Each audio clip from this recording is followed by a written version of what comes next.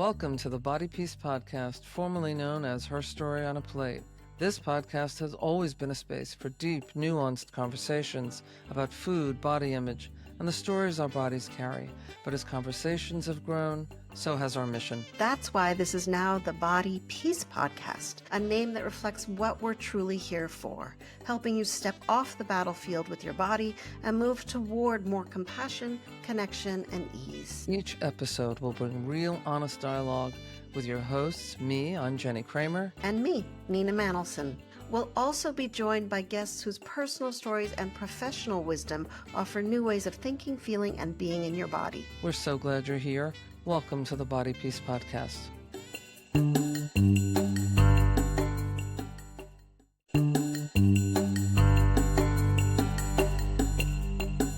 Welcome to Her Story on a Plate, a place for real talk about real bodies.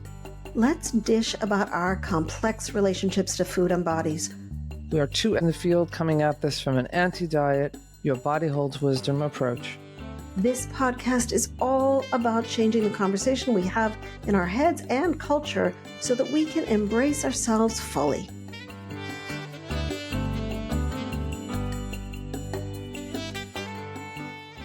So we're talking about compare and despair today. And the reason we're talking about it is because after Jennie and I dropped the first 6 episodes of Her Story on a Plate podcast, we were getting wonderful feedback. It felt great. And people said lovely things about all of us. And the first thing we got back together, Jennie and I, to have a chat. And I said, oh my gosh, Jennie, I have to come clean. Everything people said, every time they said something really great about you, I was like, yeah, she's better. She's so smart. She's so articulate. I just went so deep into compare and despair. And then the funnier part was that then Jennie said, oh my gosh, me too. I started to compare too. No, and right then I we actually said, went into full out imposter syndrome. Full out. full out imposter syndrome. Well, there we go. Right. So then we were like, okay, let's do an episode about how we compare and then end up in despair. I think it's cross-cultural. I think it's intergenerational. I think it's cross-gender. I really do think that most people, whether they even realize they're doing it or not, are constantly comparing themselves to others, right? The most obvious comparison usually has to do with body size. And it's important to say out loud that that's based on whatever ideas we have in our head about what being in a particular body size means. So what does our culture tell us? Well, if you are thin, you are disciplined. If you are disciplined, you will do better in life. You will, you're just smarter, right? And you'll get the love and you'll get the success and you'll get all the good things, right? And that shows up. I really see it show up for women around social currency. Women talk to me all the time about walking into a room, looking around the room and figuring out, am I bigger than her? Am I smaller than her? Who's the smallest? And that calculation is social currency. Who's got the most power? Who's the most successful? This is also about, oh my God, it touches on so many things. Let's just try to unwrap them all.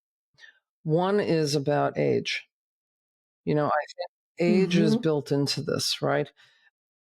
Youth is better. Youth is smarter, not necessarily, but youth means more possibility. And that's what most think. They don't understand, of course, until they're in it, that youth also brings knowledge and some peace, we hope. But the age thing comes into play with body size because people compare, especially if you're in the public light, what people used to look like. I mean, I'm seeing all over social media now interviews that are done now with all of the members of Friends. And they are comparing them to what they looked like in the episodes, which 20 when they were 25 years ago, right? And I'm thinking to myself, oh my God, how must they feel to constantly be compared? Right. I would only hope they think like, well, okay, so for one, we're smarter than we were, we know more than we knew, we're more successful than we were, but that's not what people are seeing. What they're seeing is, No. oh, look at them, they're aging. What happened What? to her? That's the Right. headline. Look what happened to her, right?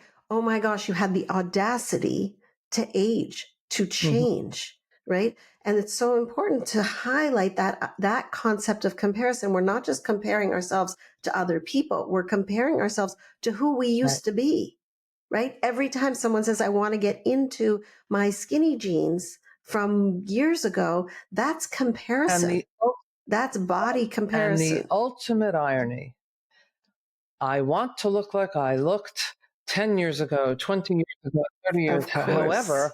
when I was in that body 10 years ago and 20 years ago and 30 years ago, I thought I looked cool. I Yeah, thought I was fat. I'd right. give anything to be in the body I Mhm. was in then. So imagine if you could just appreciate the body you're in while you're acting. Now, right now, this is it. No, my mom, who's 92, says she looks at pictures of when she was young and goes, what was I thinking? What was I thinking that my body was not okay? I was lovely, You just reminded me right? there's an exercise that we sometimes do in some of the groups that I facilitate where folks bring in photos of themselves from childhood to wherever they are on their timeline now. So, depending on how old they are, they'll bring in pictures, let's say every 5 years, right? And they're looking at this Mm-hmm. timeline of photos. You can imagine how much it brings up. But one of the things it inevitably brings up is, how is it that my mother put me on a diet when I was 7? Look how cute I was. Look how cute Yes. I was. Why Yeah. did I think I was Yeah. fat and disgusting when I was 13? I was cute as a button. So Yeah. imagine if you could see Right. yourself through your future eyes now. Yeah. Yeah. Yes, that's so powerful. I do a similar but a little bit different exercise where I ask women, so from 0 to 5, how did your body change? From 5 to 10, how did your body change? 10 to 15, all the way up. And then what did you notice? Oh, my body was always changing. Well, there it That's how you know you're is. alive. Our body is all right. That is the condition of life. That is evolution. That is what happens to Mm. us, right? So if we can be in that place of embracing change, right? We can be in a less comparison Yeah. relationship with ourselves. So now if we're, You've Mhm. used an expression often, which is the being in the prison of body obsession. I think it's such a powerful phrase because it is prison until you find the key and you open the jail door. It really is. I mean, It is. just imagine that you wake up in the morning and instead of looking in the mirror and saying, oh God, imagine if you could look in the mirror and say, I made it through another night. Good morning. Welcome. Good morning. Another day. Right. And Jenny, I want to say it's possible. It's possible, right? And I love how you invite, like, imagine this is what we want, but it is possible. We start to believe it's not possible because we're living and breathing this soup of diet Yes. culture, of improvement mentality, right? We're always trying to improve something. So no, like this body. So let's talk though for a moment about when we walk into a Hmm. room, right? As a woman, and there's the comparison. Oh, she's cuter. She's got a better bag. She's got better shoes. She's got better hair, like whatever the heck the thing Mhm. is.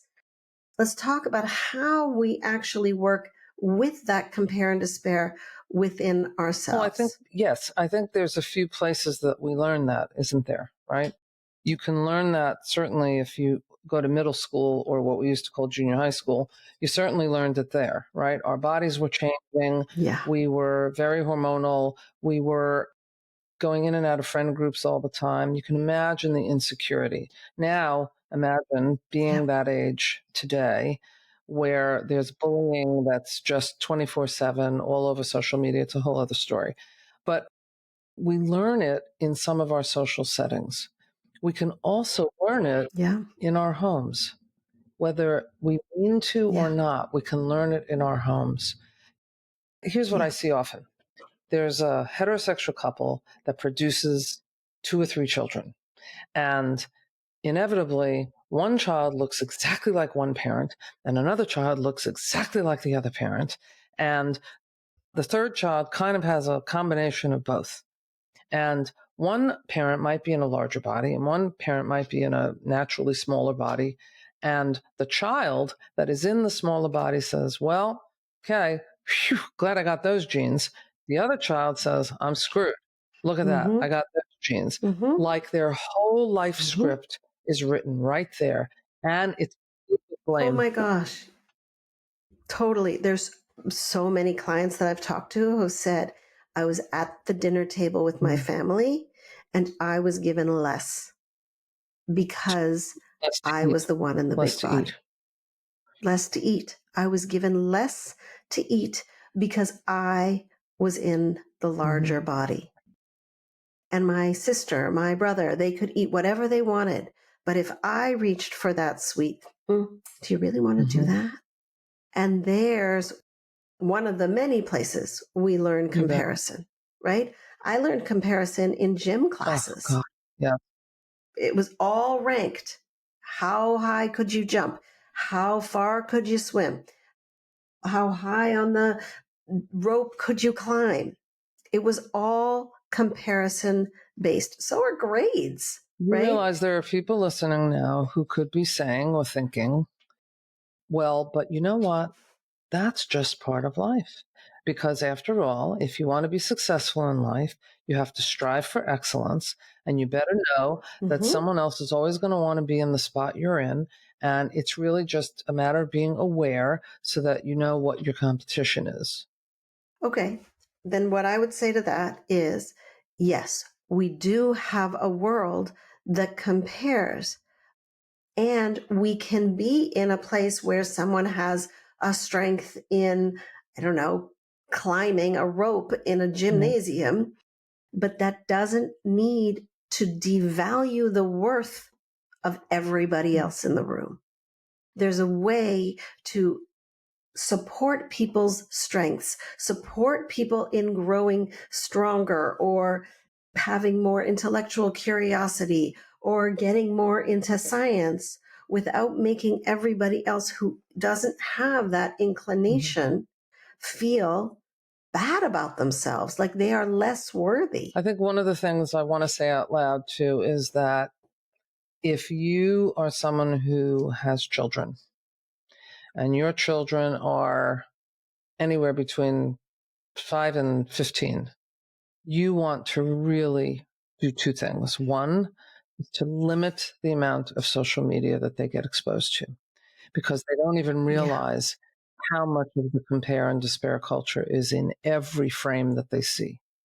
And the other thing is Hmm. to just remind them all the time how wonderful they are, how much you love them, and just really give them very big hugs because that's what the body remembers. The body not only remembers the bullying, the body not only remembers the comparison, but it remembers warm affection, warm hugs. I can't say that enough times. Absolutely. I remember in grad school studying about adolescence when there'd be two kids in the same home and one would not do well. They were both in high risk homes, and one would really struggle in life and one would really Mm. thrive. And what was the difference? There was one person that believed in them, one person that said, you are valuable, you are worthy. Just you being you is a powerful thing in the Mm. world. And that support imbues a sense of resilience Remember in that words us. have meaning. They really do. And Yeah. the body remembers the words that you hear. I think Yeah.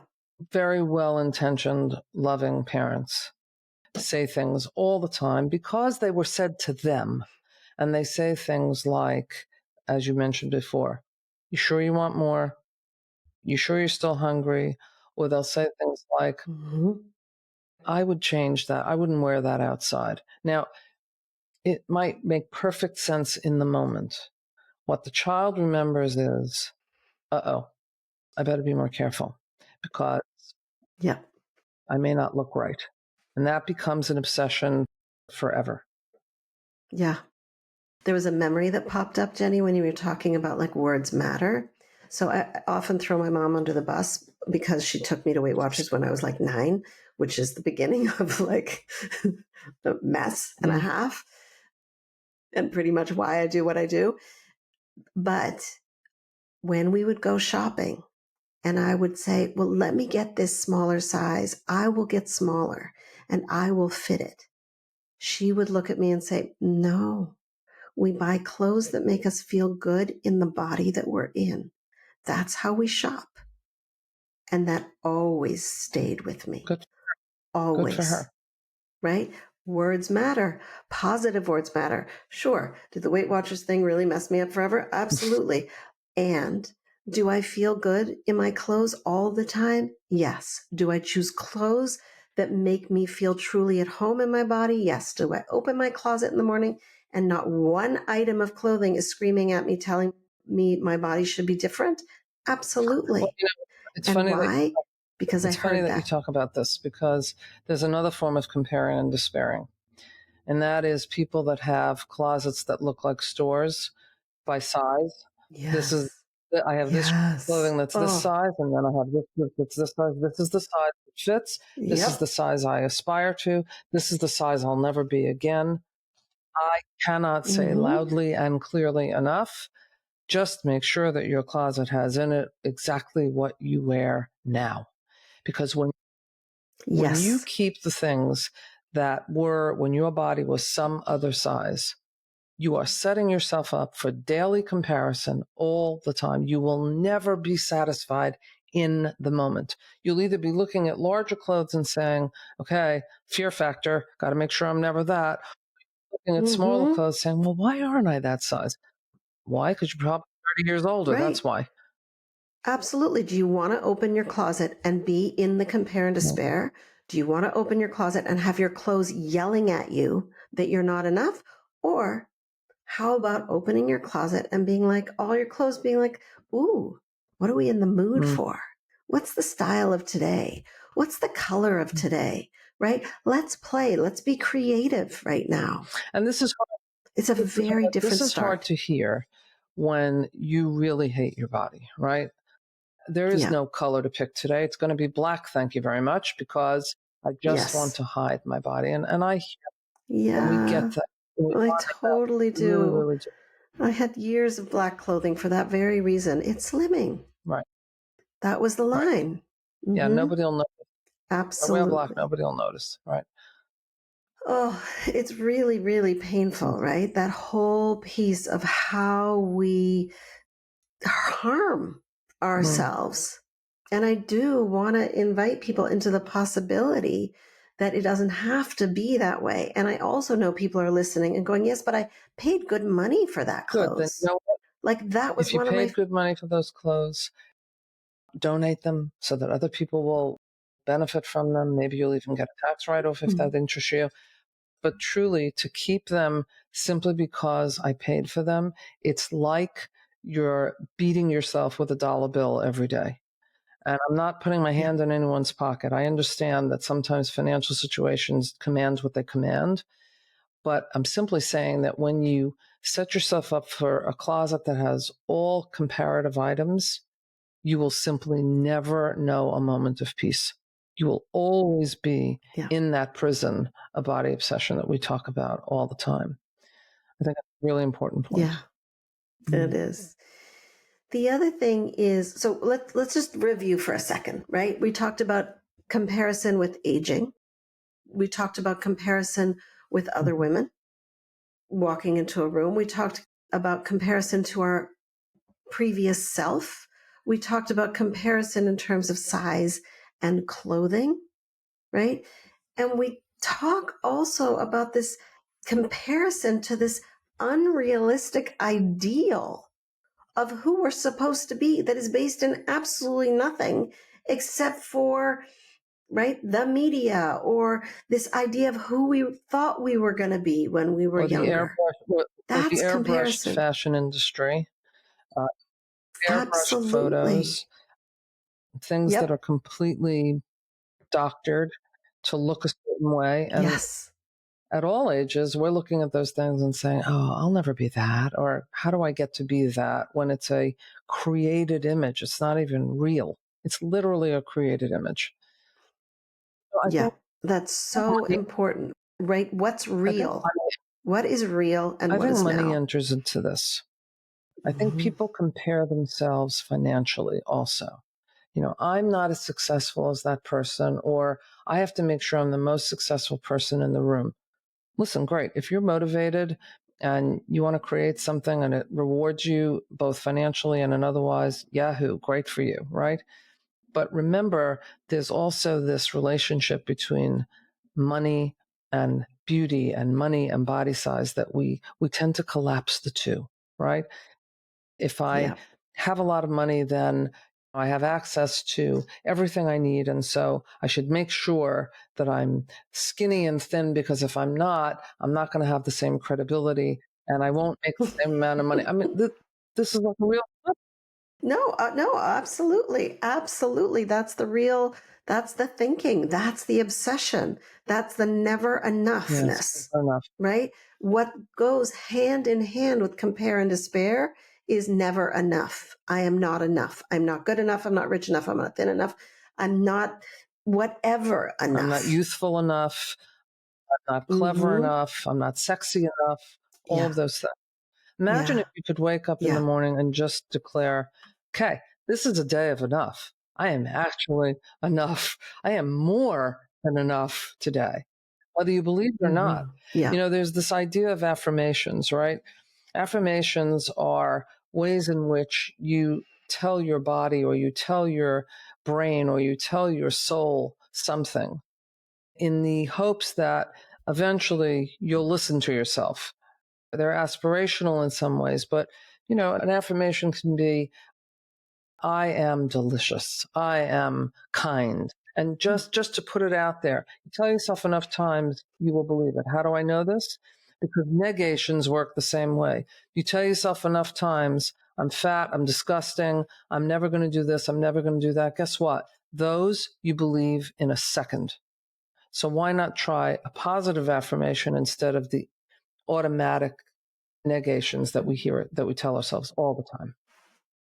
What you're talking about is this idea, Rick Hanson's idea of our brain is Velcro to the bad, right? It hangs on for survival, and anything that's good just slides off like Mm-hmm. Velcro. But I want to say I have a bit of a bone to pick around affirmations because I was a Louise Hay girl. I love my body. I love my body every day in the mirror. And literally, my body laughed at me for 10 years. Like, that is not true. You don't. That's absolutely not the truth. And so affirmations, that sort of be putting something on, did not work for me at all. And what worked for me much better in terms of creating new neural pathways was, this is who I am today, because that felt real. I needed something that felt actually real in the Mm-hmm. moment so that my psyche, my whole being could go, okay, that's true. This is who you are today. This is how you're showing up. And I still do it when I look in Zoom, or I look right now when we're recording. Oh, this is what I look like right now. Okay, this is me right now. That is true. I don't have to hype myself up because I won't believe hype. I don't believe hyperbole, but I will believe authenticity. And that has actually helped me make a much more trusting, authentic relationship with my body than That's anything brilliant. else. I'll say one final thing before we close, which is think about stress hormones. Think about what happens in your body every time you secretly say to yourself, or you say out loud, I'll never, I can't, I won't, I'm bad, I'm not this, I'm not Mhm. that, I'm fat, I'm disgusting, whatever it is you say. Every time you have that, am I thin enough? Do I look okay? Am I ever going to look okay? Mhm. Every time you say those things to yourself, you have stress hormones coursing through your body. This has an effect cardiovascularly, it has effect metabolically, and it just crushes your soul. So you want to catch yourself doing Yeah. that and simply saying whatever you would say to a young child, whatever you would say to your favorite loving unconditional pet. Say whatever you would say. Because I promise you, if my little doggy walked into the room, I would not say, "Are you being your best self Hmm. today?" I simply wouldn't. I just simply wouldn't. He wouldn't care anyway. But I wouldn't.